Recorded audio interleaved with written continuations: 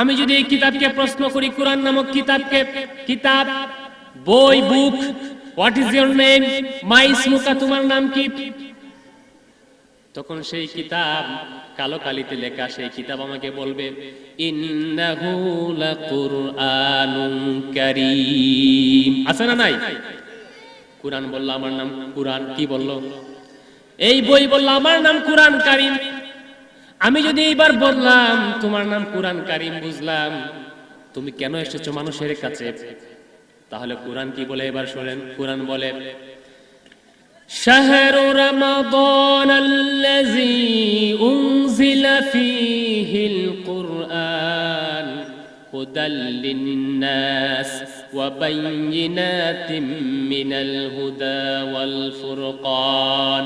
কুরআন বলে আমাকে পাঠানো হয়েছে, নাজিল করা হয়েছে হুদাল লিন-নাস, মানুষের হেদায়েতের জন্য। কিসের জন্য?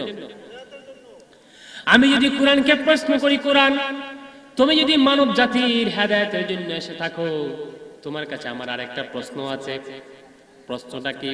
প্রশ্নটা হলো তোমাকে কখন নাজিল করা হয়েছে, কোন মাসে?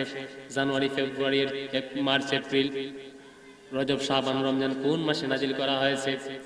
তাহলে এবার কোরআন আমাদেরকে এই আয়াতটা তিলাওয়াত করতে বলে শাহরু রমাদানাল্লাযী উনজিলা ফীহিল কুরআন। কোরআন বলল আমার রমজান মাসে নাজিল করা হয়েছে, কোন মাসে জুড়ে বলেন? এইবার আমি যদি কোরআনকে প্রশ্ন করি, কোরআন তোমাকে রমজান মাসে কখন, রাত কয়টায় না দিনের কয়টায় নাজিল করা হয়েছে? কোরআনের মাঝে কি সেই কথা আছে নাকি? এবার দেখেন কোরআন কি বলে।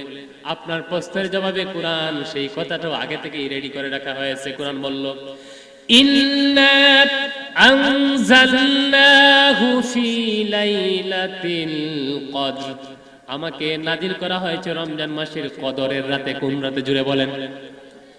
এইবার আমি যদি কোরআনকে প্রশ্ন করি, কোরআন তোমাকে নাজিল করা হয়েছে রমজান মাসে, নাজিল করা হয়েছে কদরের রাতে, তোমার ভাষাটা কি?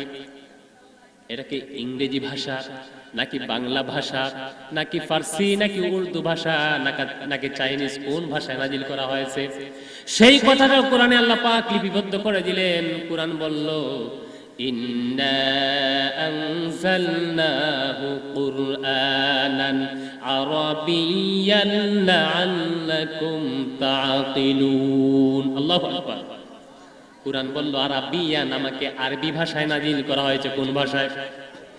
এবার আমি যদি কোরআনকে প্রশ্ন করি, কোরআন সব কথার প্রশ্নের জবাব যদি তুমি দিয়ে থাকতে পারো, তাহলে তোমার কাছে আমার আরেকটা প্রশ্ন হলো, আমি তো মানুষ, মানব সমাজে বাস করি, আমাকে সমাজ পরিচালনা করতে হয়, আমাকে পরিবার পরিচালনা করতে হয়, আমাকে রাষ্ট্র পরিচালনা করতে হয়, পার্লামেন্টের মেম্বার হওয়া লাগে, আমাকে সিটি কর্পোরেশনের মেয়র হওয়া লাগে, কমিশনার হওয়া লাগে, মেম্বার হওয়া লাগে, ইউনিয়ন পরিষদের চেয়ারম্যান হওয়া লাগে। তাহলে এইবার বলো সেই কথাটি তোমার মাঝে আছে নাকি? সে কথা কি কোরআনে আছে? আপনারা কি মনে করেন?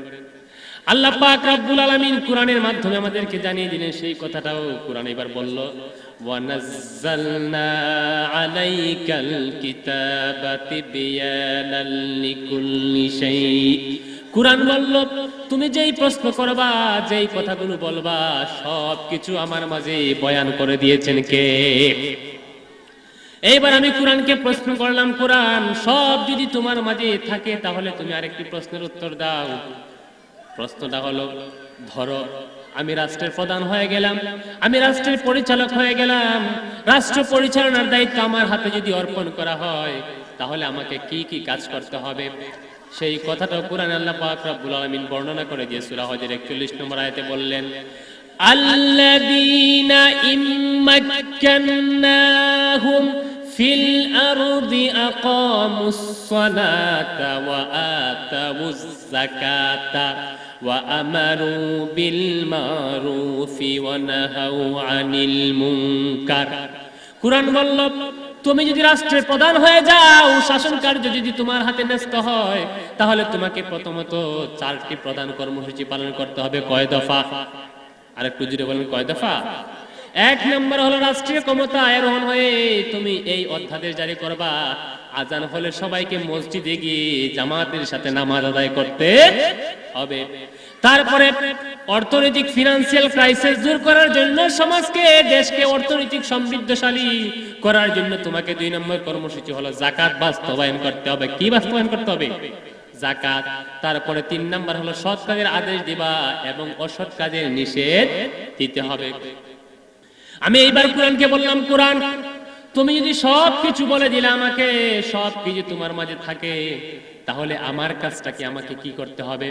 সেই কথাটা কোরআন সহজ করে বলে দিল। কোরআন বলল, ওয়ালাকাদ ইয়াসসারনাল কুরআনা লিযিকরি ফাহাল মিন মুদ্দাকির। কোরআন বলল আমাকে সহজ করে নাজিল করা হয়েছে, কঠিন করে নাজিল করা হয় নাই।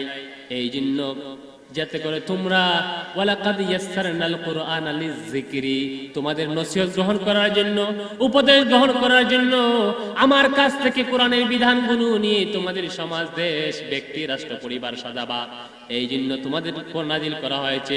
সুতরাং তোমাদের কাজ হলো আমাকে দিয়ে জীবন সাজাবা। সুবহানাল্লাহ। তাহলে কোরআন এমন একটি কিতাব, যেই কিতাবে সবকিছু বলা হয়েছে, ঠিক কিনা? কোরআন শিক্ষার দরকার আছে না নাই? আরেকটু জুড়ে বলেন, আছে না নাই?